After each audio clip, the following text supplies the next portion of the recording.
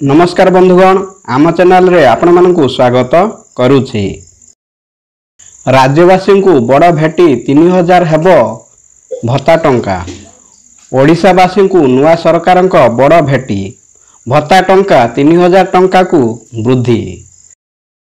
भिडियोटी आरंभ करने पूर्व आपण मानकु मोर अनुरोध, भिडियो को गोटे लाइक एवं आम चैनल को सब्सक्राइब करंतु। चलंतु जानिबा।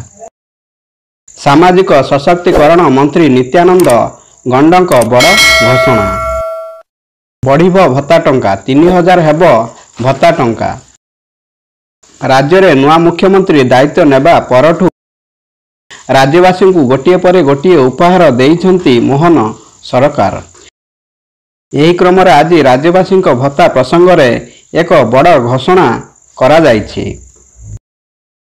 खूब शीघ्र विभिन्न वर्गों को दिया जाउथुवा भत्ता टंका 3000 टंका को वृद्धि करा दिबो। से नहीं प्रस्तुति चली बोली सामाजिक सशक्तिकरण मंत्री नित्यानंद घोषणा करिछंती। आहुरी मध्य एने राज्य अर्थ विभाग सह विस्तृत आलोचना पर कार्यकारी करा दिबो। विभिन्न वर्गर योग्य हिताधिकारी को सरकारी योजना अधीन रे भत्ता जोगाउछंती राज्य सरकार। तेबे केउ वर्गर भत्ता करा दिबो से नहीं कोनोसी निर्दिष्ट सूचना मिली नाही। वार्धक्य भत्ता, विधवा भत्ता एवं दिव्यांग भत्ता किंबा कलाकार भत्ता भली वर्ग उपरे गुरुत्व दिया जाई पारे। निर्वाचन पूर्व बीजेपी भत्ता वृद्धि करने को प्रतिश्रुति देइथिला। विस्तृत आलोचना पर केउ वर्गर लोकमानकर भत्ता टंका बढ़िबो से नहीं स्पष्ट हेबो।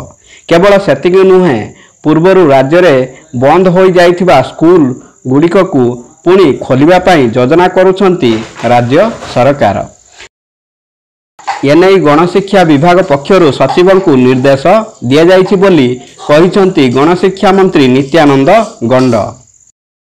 से कहिछंती जेउठी पिलामानंकु दूर स्थान को जिबाकू पड़ुछि तथा जेउ स्थान रे भूल रिपोर्ट जरिया रे स्कूल बंद करी दिया जाइछि किंबा स्थानीय लोकंकर दाबी को अणदेखा करा जाइछि, सेही सब स्कूल गुडी को लोकंक आवश्यकता को दृष्टि रे रखी बीजेपी सरकार पुणी थरे खोलिबाकू योजना करुछंती।